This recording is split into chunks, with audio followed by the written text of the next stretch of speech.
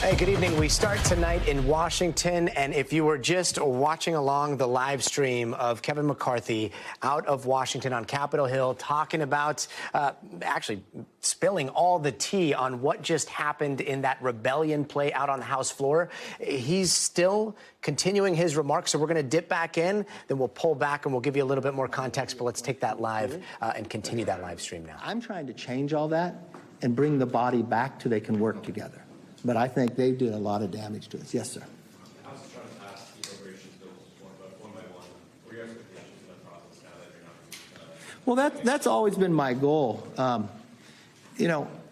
I just talked to Mitch yesterday, and I had to call in to Schumer, and I talked to Hakeem last night. What I was going to do is, because we had taken 5 up, we passed 4 of them. I was going to start individually pre-conferencing so we can get this work done. I'm concerned with the timeline now. Look, I truly believe at the end of the day we can get this all worked out. I do believe at the end of the day we could find common ground and do something about the border. I don't know if this has caused problems. Look, I was doing Squawk today and they had the other TV on, MSNBC. The first time I saw MSNBC running a whole story about the border with people just walking across.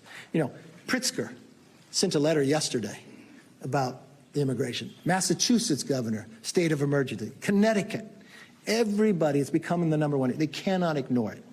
And I had told my members all before, I heard Gates say something on the floor that, oh my God, Kevin asked for a stopgap measure when we came back. The whole plan was because those 8 and a few more had held up passing any of these approach bills all summer, I was going to do just what we did Saturday, a stopgap measure with disaster. I'd gone out to Hawaii. We looked what happened in Florida. Those people shouldn't be held back. And we could finish doing it all individually, but somehow they think that's a dirty word. Yes. Have you spoken with your family since this all went down Saturday? Oh, yeah, we Jackson Color. Oh, you know, my poor mom. Have you guys met my mom yet? My mom's fabulous. My mom's this Italian lady. And she calls me the other day. She said, oh, she gets worried. She reads what you guys write. And she says, I'm so nervous. I'm so nervous. I said, why, Mom? It's all right. She said, last night, she went in the house and she left her car running in the garage all night long, right? And my mom only fills her car up once a week at Costco on Wednesdays, then calls me because the price, she still lives in California, the price of gas is so high. She asked me what I'm going to do about it. But look, I think this job is always harder on your loved ones than you yourself. So they'll be okay. Sorry, did you make a side deal with the White House No. and Ukraine? No. Unequivocally, no. Oh, well, if you want to categorize this, let me see, because some people think some big side deal. I did tell when we were doing the stopgap measure, there was a concern in there, does it have transferability on money? I believed and my staff believed it did, but what I did say to the White House, if it does not, if you think some way it doesn't do it the way you would, I will fix that. I did say that, and I did say I do it. Look, I support arming Ukraine. That doesn't mean sending them cash, but arming Ukraine. But I have been on the White House even before they sent this supplemental. I said, you guys are doing it all wrong by just sending us a supplemental. And I think the president is failing here because he's not telling the American public what is the mission. Now, we have a lot of members who are Navy SEALs who've been in theater and F-18 pilots, and they're frustrated. They want to support, but they don't want to support an ever-ending war. They want to see what's going on here. And I've really been on the White House. You've got to come down and talk to them about it, but you should listen to them and the prospects. I'm really concerned, though, long-term. What's happening around looks a lot like the 1930s. A lot of actions that Putin takes is very similar to Hitler. If you are history buffs, you'll know Hitler served in the World War I army, right? He hated that his country collapsed, and they signed the Treaty of Versailles. And what did he do? He ran and created a new party and ran in democracy again and again and again until he won. And when he won, what did he do? He took the freedoms away. And then he rebuilt his military, and even though it went against the Treaty of Versailles, the world powers said nothing. And then what did he do? He took part of Czechoslovakia. He took Austria. And then he told the entire world he's going to take the rest of it on a given day. So now the world power could not sit back, so in come Neville Chamberlain. But what had happened? Well, Hitler loved it because he was equal now to the world power, but he saw weakness. Neville Chamberlain made him sign a piece of paper and told us peace for our time. And then he invaded Poland the next year, and World War II began. If you study Putin, Putin didn't serve in the Soviet Union army, but he served in the KGB. He hated that his country collapsed to the West. He hated it so much when Gorbachev died, he still didn't attend the funeral. What did he do? He rebuilt his military. But he learned something. A military makes you strong, but dependency makes you weak. He rebuilt it by selling his natural gas to Europe. But when his pipeline that went through Ukraine, when they changed power, he didn't want to pay. So he proposed a new pipeline, Nord Stream 2. Everybody loved it. America at least sanctioned it. Merkel said, great. But what did he do when he rebuilt his military? Invaded Georgia, took part of the Donbass, took Crimea. And the world powers really didn't say much. But then when he parked 100,000 troops on the border of Ukraine, and after he watched Afghanistan collapse, that's going to give us challenges for the next 2 decades. He got his meeting with the world power. So in comes Biden. And what does Biden do? He lifts the sanctions off Nord Stream 2, but asks nothing for it. Putin misreads that and invades Ukraine, thinking it would collapse in 2 weeks based upon Afghanistan. But now we have something even worse that's happened in the 1930s. Before Hitler moved, he created an axis of power, right? With Italy and Japan, all countries who wanted to expand their sphere of influence. Before Putin invaded Afghanistan, what did he do? Create an axis of power with China, North Korea, and Iran, all countries who want to expand their sphere of influence. So what we do here is very important. We can't sit there and just collapse it, because it'll look from Afghanistan. We can't just throw money at it. If we provide the weapons to be successful, but why it's so much personal to me, in 2014 or 2015, when Putin invaded the first time, I went to Ukraine. And then I came back. And I took a bipartisan group, and we went to the White House. And we sat in the Situation Room with then the vice president who was in charge of Ukraine, Joe Biden. And we advocated, let's sell them javelins so they can stop tanks. So they wouldn't invade. He said no. He said Europeans wouldn't want it. I said, well, why don't we sell them to them now and keep them in Poland then? Didn't think that was right. And I fear of making the same mistake twice and sending the wrong messages. But the thing I would tell everybody is more Americans are dying on the southern border than are dying in Ukraine. Each and every day, a plane of Americans crash from fentanyl. And I don't understand how the White House continues to ignore it. My whole plan, and I've been up front from the very beginning, what I would say, if you want anything on Ukraine, we got to do something with the border. Mr. President, you mentioned earlier you regret helping get something done. I was joking. They're all right. Considering supporting primary challenges to any of these 8 Republicans? Well, you know, one of the things, when I was running for Speaker, that said I couldn't get involved in primaries. But I told the conference I'm a free agent now, aren't I? I think I'm pretty good at electing people. Mr. Gadi, when was the last time you spoke to President Biden, and do you expect to now? You know, I was thinking about that. It's been a long, long time. I couldn't remember when I spoke to him last. You know, I've worked with a couple different presidents. I would have thought, I thought we had built some respect for one another going through the debt ceiling. I know he got frustrated with me, but, and I have a great deal of respect for the people in his office I worked for. Ricchetti and all of them, I think they're, look, we have different philosophies, Schwartz and the others. They're smart. I respect them. They were honest. And I thought we made a good agreement. As a president, I would engage more. I think being hands-on, look, you're the leader of the free world. All the other presidents, I think bringing people together is a better way. Hey there, and we are now heading into about 40 minutes of McCarthy's remarks, and it looks like we've got a lot of newcomers who are just joining us. So before we dip back in here, I'd love to provide a little bit of context. Right now, we are watching what happens after the U.S. House votes to remove the Speaker of the House. This is the first time in history it's happened, so I want to bring in someone who was in the room where it happened. Joining us now is Republican Congressman Mark Alford. Congressman, thanks so much for joining us. He represents Missouri's 4th District, voted not to remove McCarthy from the Speaker's seat. Congressman, can you take us through what you saw happen today?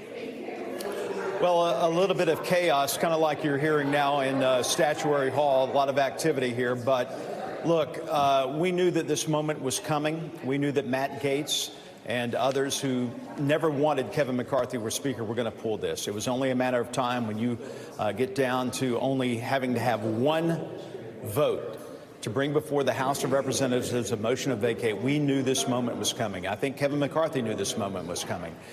Look, we have stuck behind Kevin McCarthy for several reasons. He is the only person who could have held this slim majority in our conference together to get the 218 votes that we needed to secure the border, for a Parents' Bill of Rights, to make us energy independent once again, to get these 12 appropriation bills across the finish line, to get this continuing resolution done. Originally, we wanted a continuing resolution that had border security. We didn't get that because they voted against it.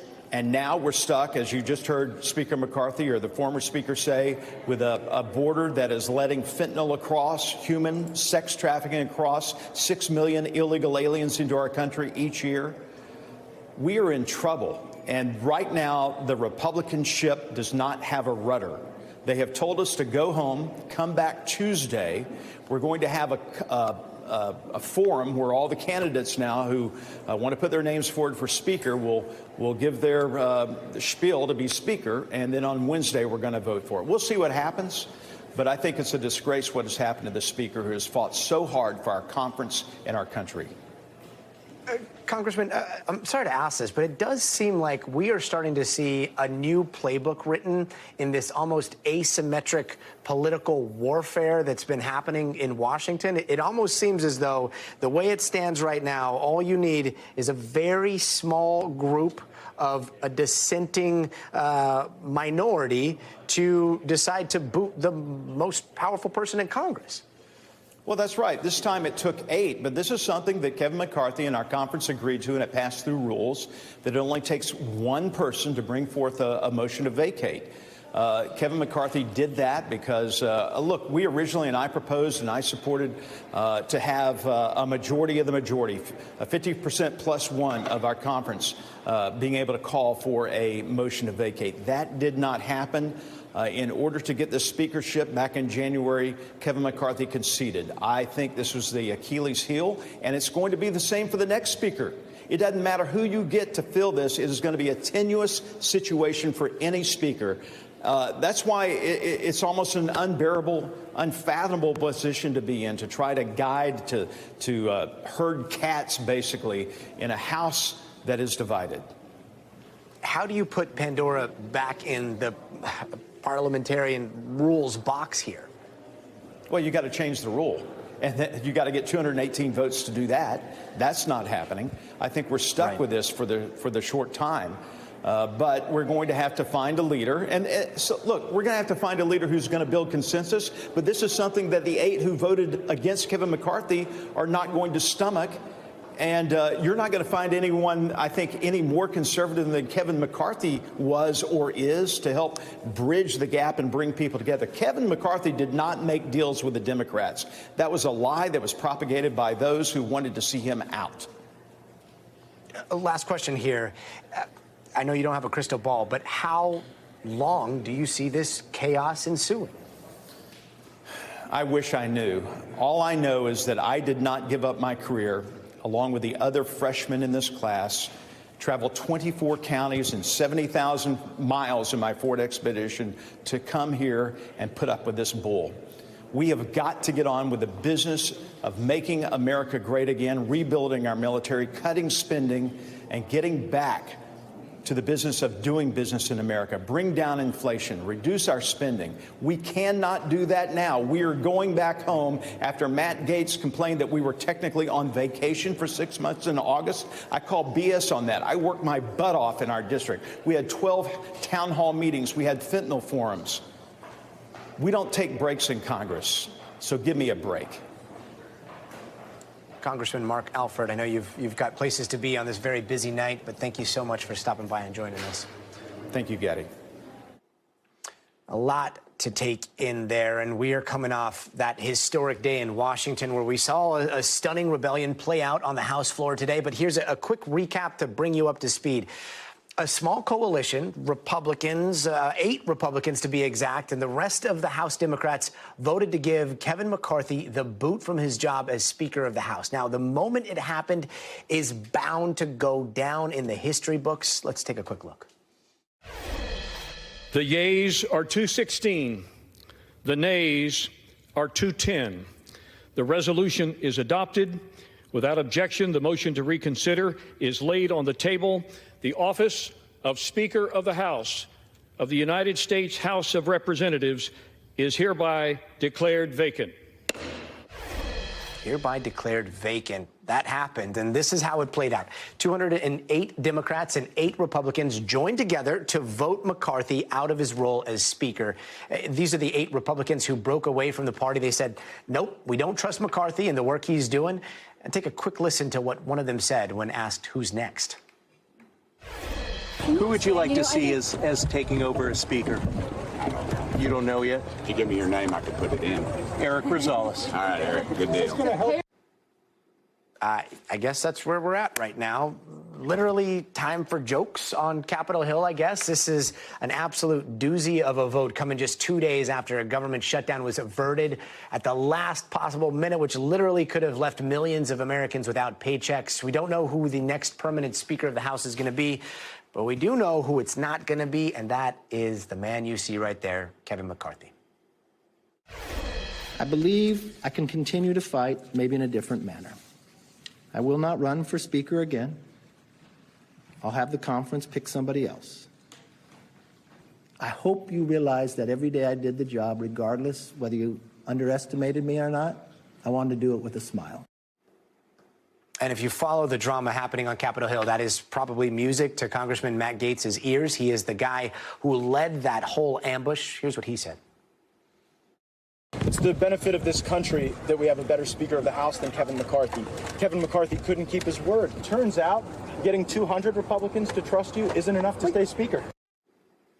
And we don't know what's going to happen next, and you've been probably hearing all day long that this is uncharted territory, and that is a good description of the chaos unfolding over on Capitol Hill right now, where senators on the other side are asking their House colleagues this question, and I quote, "Are you guys nuts?" Let's bring in NBC's Capitol Hill correspondent Ali Vitale to break this crazy day down. Ali, okay, so question of the evening, is this nuts? This is nuts, and I think that that's the technical, official congressional term for what we're experiencing here, Gadi. I have to tell you, just the number of lawmakers, including your last guest, frankly, who I have spoken to today, who just sort of all throw up their hands and shrug.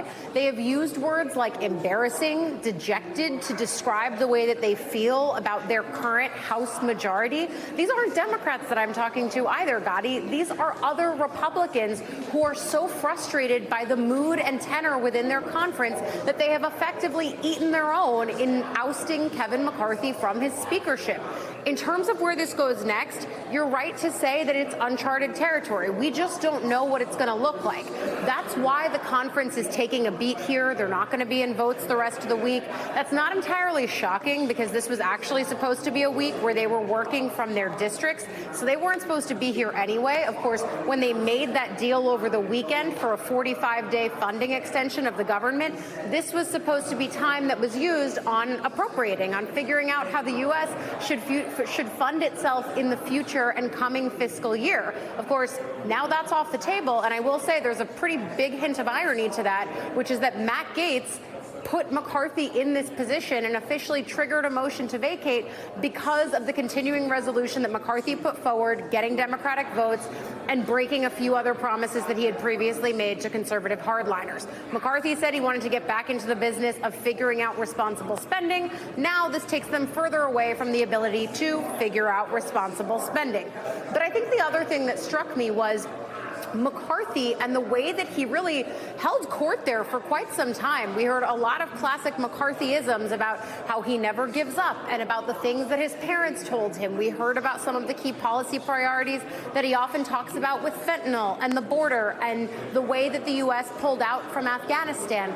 All of those were key pieces that, frankly, could have propelled his speakership from a policy perspective, but instead, he was really mired in the controversy that was fomented by the right wing of his party and these hardliners that make up that flank that ultimately were his undoing today, Gadi.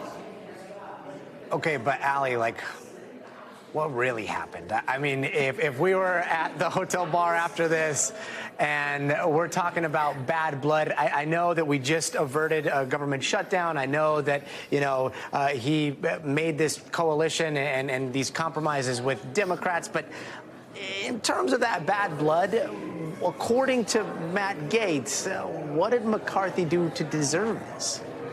So Matt Gaetz says this isn't personal. He's got a whole list of policy reasons why he did what he did. Okay, fine. I don't know that I fully buy that, because also swirling in this pot, now that you've got me in my talking at the bar after a long day mentality, Gadi, the reality is that McCarthy did not come to the defense of Gaetz in the way that Gaetz hoped he would, as he was mired in ethics scandals and investigations. That's part of Gaetz's beef here. McCarthy would say this is all personal. I think it's probably a mix of both between politics, policy, and personal for Gaetz. But regardless, it is what it is. Gaetz was able to carry out these threats after 8 months of continuously saying and holding this over McCarthy's head. I think there's also two ways that you can look at this. On the one hand, you can look at this as Republicans being in disarray and trying to blame Democrats for something that isn't actually Democrats' fault. Democrats didn't put McCarthy's speakership on the line. They didn't make any of these concessions with him in negotiations for him to get the speakership. This is a building that runs off of who has the majority, and Republicans have the majority. The other way to look at it is Republicans just ousted a speaker for keeping the government open for 45 days. And I think that's one of the stunning things that I'm grappling with, that I've heard from sources here. Just the reality that he's almost being punished for helping government function is something that a lot of Republicans that I've spoken to who have supported McCarthy feel frustrated by when they talk to and they talk about the way that they feel about some of their colleagues who voted to oust him here. Allie, I do want to ask you about this. I mean, we've been talking so much about majority, minority, and yet it does feel like we have now entered this new era of okay, anytime it's close, you could have a small plurality minority of the majority just totally throw everything into absolute chaos. And I'm looking, ahead, I don't know, 2 years, 4 years, 6 years, 8 years. Let's say the numbers are totally reversed and the Democrats are in control of the House, and yet there's this small gang of 6 or 8 that decides they don't like the way something is going. This playbook could apply to them too, right? It could, but there is a comparison point here, Gadi, which is that we're often reminded by McCarthy himself, but also others, about the slim majority that he has here, the tight margins that he's often working with. These are also the same majorities and margins by the numbers that Nancy Pelosi had as Speaker last Congress. We saw progressives, her equivalent of hardliners, hold their ground on key policy priorities, but the difference was Pelosi knew and understood how to control the floor. She was both respected and feared by her members. She's someone who never took something to the floor without knowing where the votes were. In some cases, in just the last 2 weeks alone, we watched Speaker McCarthy let something go to the floor that he wasn't exactly sure if it would fail or if it would succeed. That's a really stunning departure in terms of a speaker's strategy and the way that they leverage the power of that office, that we know how it's been when Democrats have been in a very similar position.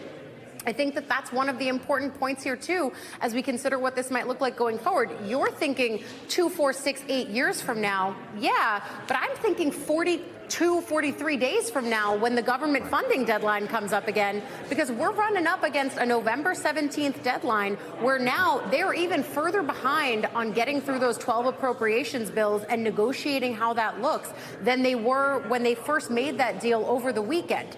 I wasn't confident then, and most of my sources weren't confident then about having everything done by November 17th.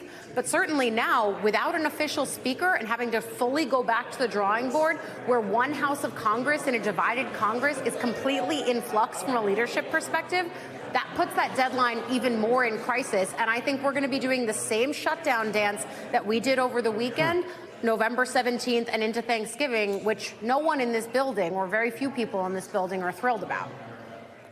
And real fast, you know the rules of the floor better than anybody else that I know.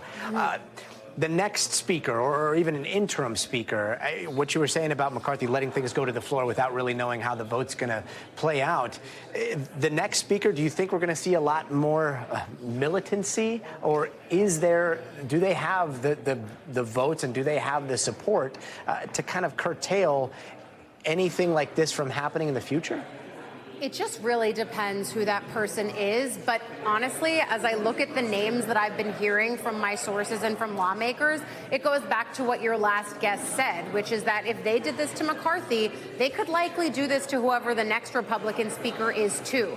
The Gates faction and those that voted with him on this are not going away. It's possible that they could be appeased by whoever the non-McCarthy speaker is. We'll see, and I think it'll be interesting to watch the way that the temporary speaker right now, Patrick McHenry, who is a close ally of the former speaker, Kevin McCarthy. It's going to be interesting to see the ways that he leverages this office and sort of tries to guide his party through this really confusing time.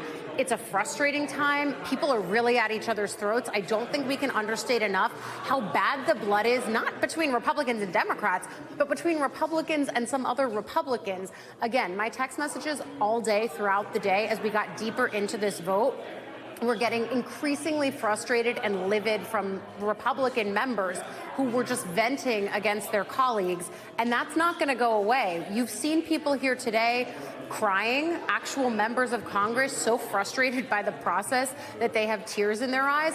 None of that is going away in the next week. So we'll see how McHenry fares, but really it's going to depend who comes next. And honestly, I don't know who that person is yet. The chaos will continue, and Ali Vitale will be right in the middle of it. Oh, Ali, thanks so much for joining us tonight. And we go now to New York, where former President Donald Trump was back in court for day 2 of his civil fraud trial. This is the $250 million trial brought forward by the New York Attorney General Letitia James. And it's an interesting one, right? Because it isn't bringing Trump, the politician, to the trial. It is bringing Trump, the real estate mogul, the businessman, to the trial. And this case alleges that Trump lied to banks and insurers and both overvalued and undervalued his assets for his benefit. Now, if he loses, Trump could be out of not just millions, but also some of the big-name Trump properties in New York, like the Trump Tower itself. Over the course of these 2 days, Trump has spoken multiple times in front of cameras, today insisting that the case should be dismissed, all while railing against Letitia James. This case should be dismissed. This is not a case. And she should probably be dismissed also because she's terrible and grossly incompetent, as I've said. Her numbers are fraudulent. She's a fraud. Her numbers are fraudulent, and this case should be dismissed. Some pretty strong fighting words. Well, today, Trump's attacks did not go unnoticed. He did get a scolding from the judge presiding over the case after he went too far with his attacks on a law clerk. Yet Trump today calling day 2 a good day. And NBC's Vaughn Hilliard has more from New York. Hey, Gadi, that's right, my friend. Look, Donald Trump, when he left the courthouse here today on day 2 of this trial, he called it a good day and said he'd be back in person tomorrow for day 3. Of course, good day is all subjective for Donald Trump as his defense team mounts a defense that could last 2 or 3 months. This trial, the judge suggesting, could have potentially going all the way to December 22nd. Today was notable, though. This afternoon, the judge placing a partial gag order on Donald Trump after he posted earlier this morning on his social media account a photo of the principal law clerk, the woman who sits next to the judge through this trial, and posted a photo of her and suggested that she was the, quote, girlfriend of U.S. Senator Chuck Schumer of New York. Of course, let's be very clear. There is nothing to suggest that that is reality, and there is nothing wrong with posting on social media a photo of oneself with the U.S. Senator from New York. And hours later, upon this gag order being placed on Donald Trump, particularly restricting his ability to direct attacks on staff members of the court, Donald Trump removed that post. This is notable because this is the first gag order of any sort being placed on Donald Trump, but a message clearly being sent by the judge that Donald Trump could attack him, the judge, all he wants, but going after other members of the court will be unacceptable. We should note that today the prosecution as well as the defense continued to question the very first witness in, again, this trial that could last 2 to 3 months, and that was Donald Bender, who was Donald Trump's former personal accountant, who worked on his financial statements from 2011 to 2020, and he testified today that, in essence, he took the word of the Trump organization with the financial records they gave to him. Of course, Donald Trump is facing what could be a very severe punishment in this civil suit from the New York Attorney General that claims that he inflated his own self-worth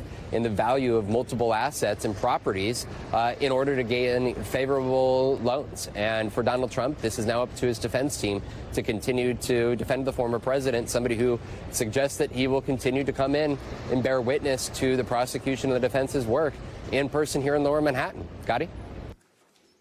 Vaughn Hilliard, thanks so much. And finally, some new developments in the case against Hunter Biden, that federal firearms case. The president's son pleading not guilty to 3 charges dating back to 2018. The charges accuse him of lying about drug use while buying a gun and having a gun while using drugs. But his defense team says the charges are the result of political pressure from former President Trump and his MAGA allies. Hunter is expected to fight those charges, which, according to his defense team, are not constitutional. Now, if convicted, the president's son could face up to 25 years behind bars. But right now, he's been released under some conditions. And NBC's Tom Winter has more on all of it. Gadi, the son of the president of the United States, Robert Hunter Biden, in federal court in his hometown of Wilmington, Delaware, behind me earlier today to answer to charges associated with really one particular event, 12 days in his life, when federal prosecutors say he went to purchase a gun and lied on the gun purchasing form and lied to the gun dealer and then possessed a gun, all while he was either using or abusing drugs. And by saying that he wasn't when he filled out those forms, he's accused of 2 counts and then the 3rd count for possessing that gun. This hearing went completely different than the hearing back in July when he was expected to plead guilty and to enter a pretrial diversion agreement on these very same charges. The pretrial diversion agreement would have covered the gun charges. The guilty plea would have covered tax charges. And presumably we might have been back in court today, but for sentencing, and this whole matter would have been behind Biden. Instead, today essentially starts the clock on his criminal future as far as it pertains to this trial. Now, of course, he pleaded not guilty, as his attorney Abby Lowell said he would. That not guilty plea was entered today by Lowell. Lowell issuing a statement after court, telegraphing a little bit about what he said in court earlier, which is that they expect to move for dismissal on these counts, as you mentioned, tied to this idea of whether or not one of these charges is even constitutional, given appellate court readings. And then the second thing is whether or not this pretrial diversion agreement that was signed back this summer but not accepted by the judge, whether that actually is in effect because it was signed, meaning that all of these gun charges would go away because this had been previously handled between Hunter and federal prosecutors, of course, working for the Justice Department, which is under the control of the Biden administration. So all sorts of issues here going forward. Where this case goes from here, we'll get motions coming up within the next month or so. And then there's still the question of those tax charges, which we might get an answer as soon as within the next 2 weeks. Gadi. Tom Winter, thanks so much. And now to New York City, where the trial of Sam Bankman-Fried started today. That's that former crypto kingmaker who's accused of ripping off investors to the tune of billions of dollars. Now, today's trial started with a kind of bizarre moment from the judge talking directly to the former billionaire FTC CEO. But first, Here's how we got here, as perfectly laid out by CNBC's Kate Rooney.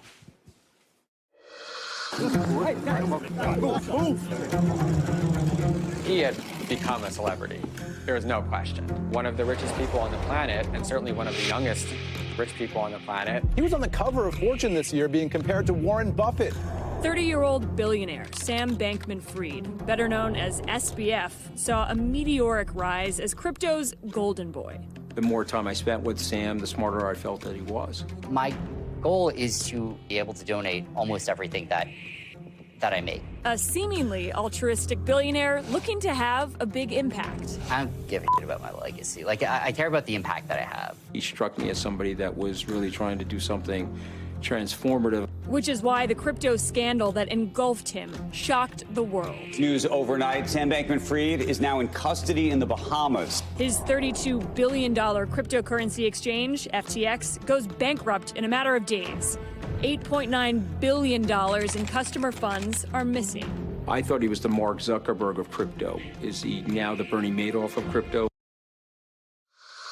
And Kate Rooney joins us now. Kate, jury selection today, so what did that look like? So, Gadi, we're closer to getting a jury. That really was the kickoff of the trial today. They're looking for that impartial jury here. There was a lot of questions about potential conflicts of interest, things like preconceptions about cryptocurrency, and even things like ADHD, which Sam Bankman-Fried has, and his lawyers talked about that being a potential issue for just his behavior in the courtroom. So some interesting questioning there. The judge did say that the jury pool is expected to be chosen by tomorrow, and then they'll kick off opening statements and some witness testimony. So we will get that. The judge also told the jury before they adjourned, no internet, don't look at your phone, don't use the internet. He called it electric quarantine, basically, to avoid any news coverage and potentially taint their opinions ahead of tomorrow. Yeah, a lot easier said than done. And when we're looking at Sam Bankman-Fried here and that conversation that the judge had with him, those direct comments that the judge made, what went down? So the judge talked to him directly. It was really interesting. Before the jury walked into the room, the judge said to Sam Bankman-Fried, really reminded him that he has the right to testify regardless of what his lawyers said. And he said, at any point, if you want to testify, stand up, raise your hand, and really seemed to not necessarily encourage him, but remind him that he did have the option. So we spoke to him directly on that. Really interesting, given who his parents are, right?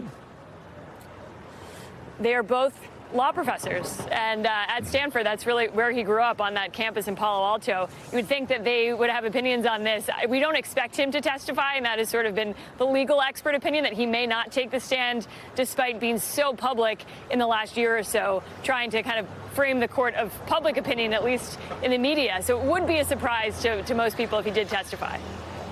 And no one knows that better than you. I mean, you spoke to him a lot last year. If he does take the stand, he seems to, at least in the interviews that I've seen, have quite the gift of gab there. What might we see from him testifying? So based on some of the interviews he's done, his defense so far publicly has been that he essentially didn't know about the issues at FTX, despite running the company. He was the CEO. He was the founder. He said that there were no conflicts of interest between his two companies, and he is saying that this is a case of bad risk management versus fraud. And you do expect to hear a similar line and story from the defense, and that is really the way that he's framed this. He said that the company was doing fine when we talked to him last August, especially during this crypto crash. He said his company was solvent and there were no conflicts of interest. But take a listen to what he told me last summer. How did you and your companies, FTX and Alameda, survive that crash? I mean, I think, first of all, FTX just, our corporate treasury is in cash. I mean, our business is obviously incredibly, related to the crypto markets, but, we kept cash on hand, and it's, not meant to be something that has direct market exposure. So he talked about it as essentially a safe business. It was in cash. Based on what prosecutors have said, that was not the case. And now we will stay tuned for that possibly making an appearance in that court case. Kate Rooney, thanks so much. All right, we've got a lot more to get to, including the trial of 3 officers in Washington state. They are accused of beating a black man to death, and that is coming up. So stay tuned.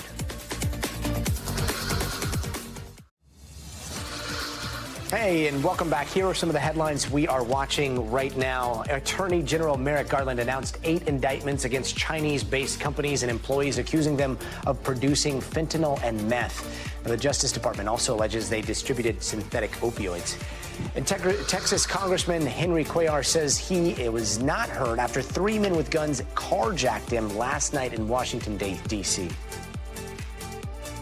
I got a black belt in karate, so you got to learn what to do. I looked to the left, somebody had a gun. To the right, somebody had a gun. And you got to stay calm. So I went ahead and gave them the car keys, and they took off. Now, they found his car a little bit later, and this is the latest incident in a string of violent carjackings in D.C. this year. Major drug companies like Johnson & Johnson have agreed to negotiate drug prices with the federal government, and this comes after Medicare named the first 10 prescription drugs they want to negotiate over a month ago. That includes drugs used to treat diabetes and arthritis. And Donald Trump's former White House Chief of Staff, John Kelly, alleges the former president once referred to dead U.S. service members as suckers. Trump allegedly said this when talking about visiting a grave of American soldiers in France. A Trump spokesperson says Kelly made all of it up. And LaFonza Butler was officially sworn in today as California's newest senator, filling the late seat of Dianne Feinstein.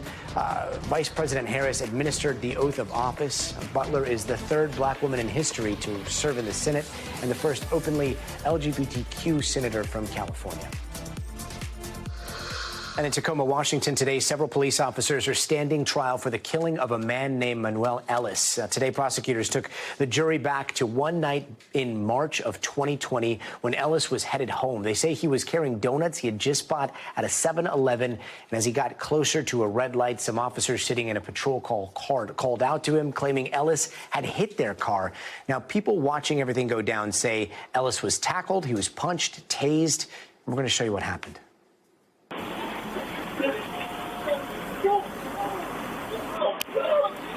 Hey!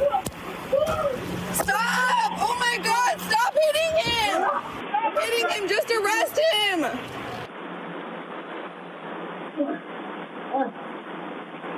Can't breathe, sir. Can't breathe.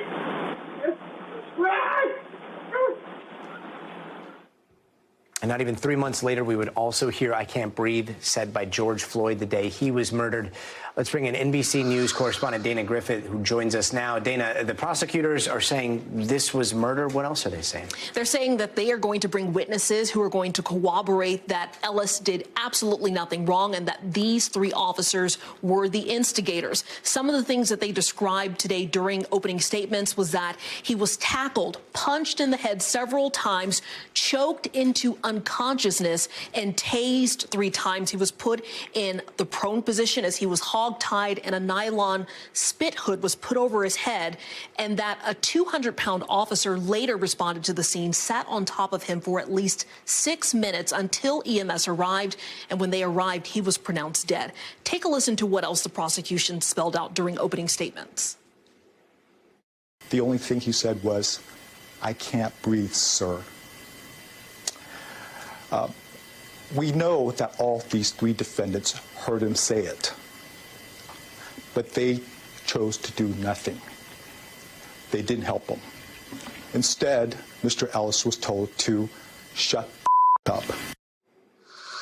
Now, the medical examiner ruled this a homicide. The medical examiner said he died from a lack of oxygen due to physical restraint, but that report also listed meth intoxication and heart disease as factors. What are the officers and their defense teams saying about that? So the defense says that night there was a different Manny that these officers encountered. They say that he was violent and that the officers were putting up a fight to try to restrain him. In their opening statement, they said they had to keep telling him stop resisting arrest and that he was fighting back. Listen to what else the defense said today.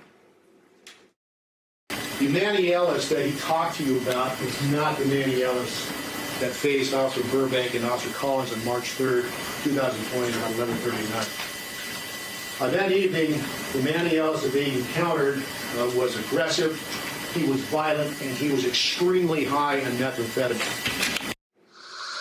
So that is going to be a key part of their defense, is that it was the meth, not the officers, that caused this. They also pointed to another incident where he encountered officers and that he had to be hogtied and lived in that situation, and he was under a meth psychosis. And he also made the point to say that they could have killed him back then, but they didn't. So it'll be interesting to see how this case plays out. Just want to talk about the charges real quick. So Officer Christopher Burbank and Matthew Collins, they are charged with second-degree murder. They could face 10 to 18 years minimum. And then you have Officer Timothy Rankin. He is charged with first-degree manslaughter. That goes for 6 to 8 years, but all three officers could receive max in prison. And the defense only has to convince one juror that Ellis did not die by the hands of these officers in order to get a conviction. Danny Griffin, thanks so much. And back to the big breaking news story tonight. Congressman Kevin McCarthy, just congressman now, booted out of the House speakership by his own party. This is the first time in American history a House speaker has been voted out of that position, and McCarthy has no plans to run again for the role. He addressed reporters for a while, wrapping up just a little bit ago, and he talked about a whole gamut of things, from his history in politics to his removal from a role that he won in another nail-biter, and who he really thinks isn't a conservative. Take a listen to some of what he said. I may have lost a vote today, but as I walk out of this chamber, I feel fortunate to have served the American people. I leave the speakership with a sense of pride, accomplishment, and yes, optimism. From the day I entered politics, my mission has always been to make tomorrow better than today. I fought for what I believe in, and I believe in this country of America. My goals have not changed. My ability to fight is just in a different form. You need 218. Unfortunately, 4% of our conference can join all the Democrats and dictate who can be the Republican speaker in this House.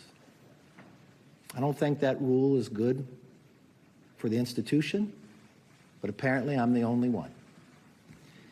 I believe I can continue to fight, maybe in a different manner. I will not run for speaker again. I'll have the conference pick somebody else. I hope you realize that every day I did the job, regardless whether you underestimated me or not, I wanted to do it with a smile. I grew to enjoy you, even on your toughest days and your questions. I could always tell what day it was based upon your question. Monday, you would ask if I could pass the bill. Tuesday was whether the rule would pass.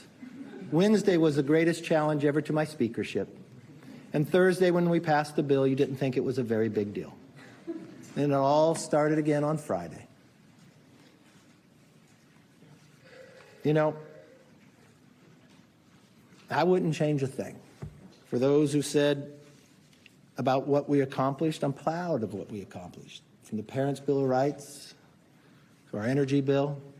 But if they want to hold me liable because the Senate didn't take it up or the president didn't take it up, that's politics, for what I know. But the one thing I do know,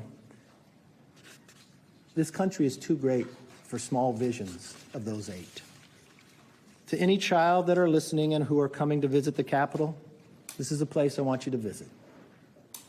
I liked opening the Capitol back up again. I liked taking away the metal detectors. I liked committees being able to work. I liked people being able to visit. I hope you liked being able to be back in. I think it was important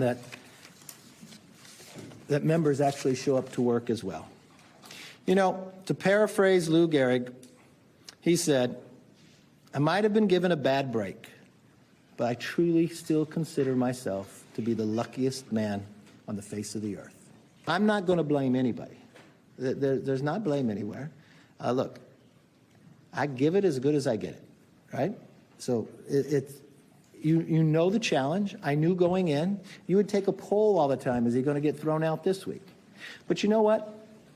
If I lose my job over doing what I truly believe what's right, I'm very at peace with it. You asked earlier, like, when did I decide? I knew they would make the motion on me. It didn't make one bit of difference. I felt very comfortable in that decision. And I think the American public believed that decision was right. They are not conservatives. They voted against, one, the greatest cut in history that Congress has ever voted for, $2 trillion. They voted against work requirements. They voted against NEPA reform. They voted against border security. They voted against gun. They don't get to say they're conservative because they're angry and they're chaotic. That's not the party I belong to.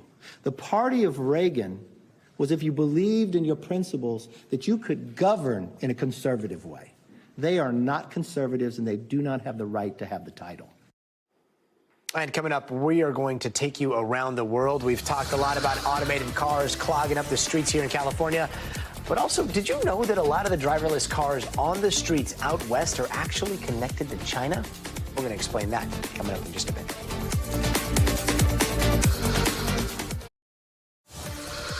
Hey, welcome back. Let's take a quick look around the world in 80 seconds. In Italy, a bus drove off an overpass, killing at least 21 people and leaving more than 12 others hurt. It happened earlier this evening. Now, the bus was full of people visiting from Ukraine, which included 2 children who were among the dead. Officials on the ground called it an apocalyptic scene. Still no word on what caused that crash. And today in Thailand, a teenager opened fire today inside a popular mall in Bangkok. Police say he killed at least 2 people before he was caught. Right now, there seems to be no explanation for the shooting, though police suspect the shooter might have had mental health problems. And Russell Brand is now being investigated by 2 separate UK police agencies for different crimes. New allegations of harassment and stalking were filed with the Thames Valley Police. They date back to 2018. Those claims are in addition to a number of sexual assault allegations being investigated by the Metropolitan Police. These investigations come on the heels of a joint investigation by several British media outlets, and Brand continues to deny the allegations. And in Haiti, gang violence is so bad that the United Nations is starting to step in. The UN is sending a Kenya-led security mission to the capital of Port-au-Prince. They're expected to be there for a year to help fight gang violence, which has killed thousands of Haitians and forced many more to leave the island. And we have seen more and more self-driving cars out on the streets here in the U.S. You've probably heard of names like Waymo or Cruise. But did you know that there are Chinese self-driving cars cruising right alongside them, largely under the radar? And an NBC News exclusive report reveals multiple Chinese tech startups are testing self-driving cars in California. 10 of the 40 companies licensed to test self-driving cars in California are Chinese or Chinese-operated in more than any other foreign country. And according to state reports from last year, those startups have operated over 100 cars and drove more than 400,000 miles. Let's bring in NBC News tech reporter David Ingram. David, this is one of those eyebrow raisers. Why are they here? I mean, there are roads in China, right? Absolutely, Gadi, and that's a great question. I think the simplest answer is that we make it very easy in the United States for any company to really test out this technology. So there are companies from Israel, from Germany, from Japan, and the requirements in a lot of states, even here in California, which is one of the stricter states, is they're pretty lax. They have a few minimal requirements. There are also some other things going on here. Part of it is strategic. We spoke to Ryan Kalo. He's a law professor who specializes in technology and regulation. And he told us that that part of what's going on here might be a broader infrastructure play here by China, where if you're going to be highly relevant in the global infrastructure, he said, you have to navigate roads all over the world, and you want to train in the United States as well as other places. So in the same way that companies are looking at, that China's looking at dams and roads and other kinds of infrastructure, they might be looking at self-driving cars to sort of expand their influence around the globe. Lawmakers have been ringing the alarm about these startups driving here, right? What are their main concerns? They have quite a few concerns. So part of it is basic security concerns that lawmakers talk about with really any technology related to China. You may have heard some of these concerns brought up with TikTok, like what kind of data are these companies collecting? That's true with these self-driving cars as well. They all have cameras and other kinds of equipment on them that collect reams of data that we frankly don't know what they're doing with. I think part of it is also just the competition angle here, where you have, as you said, 10 of these companies from China that are testing in the US, but the Chinese do not allow American companies to test in China to nearly the same degree. Gina Raimondo, the Commerce Secretary from the Biden administration, she was in China a few weeks ago, came back, testified in front of a House hearing last month, and brought up this very issue, that it's a free trade issue where American companies should be given equal leeway to what Chinese companies experience in the U.S. And she said that the playing field just is not level. Do you ever see a future or a near future where American companies are able to test in China? I mean, Tesla has manufacturing plants there. Do you think that we could see Teslas on the road in China testing out their capabilities? Yeah, I mean, and that's a great question, and I think because China is such a big market and so much research is there, so much engineering talent is there, that American companies really have no choice but to try to work within China. The real question is whether U.S.-Chinese relations continue to be at such a point where that cooperation can coexist with the security concerns. If relations were to deteriorate, for example, if we were to see more incidents like the Chinese spy balloon from earlier this year, causing a disruption in relations, then I think we'd start to see a bigger question mark around how these American companies can operate in China.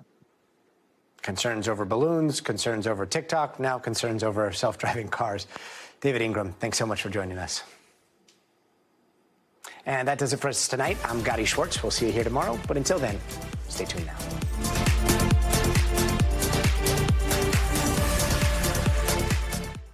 Thanks for watching. Stay updated about breaking news and top stories on the NBC News app or follow us on social media.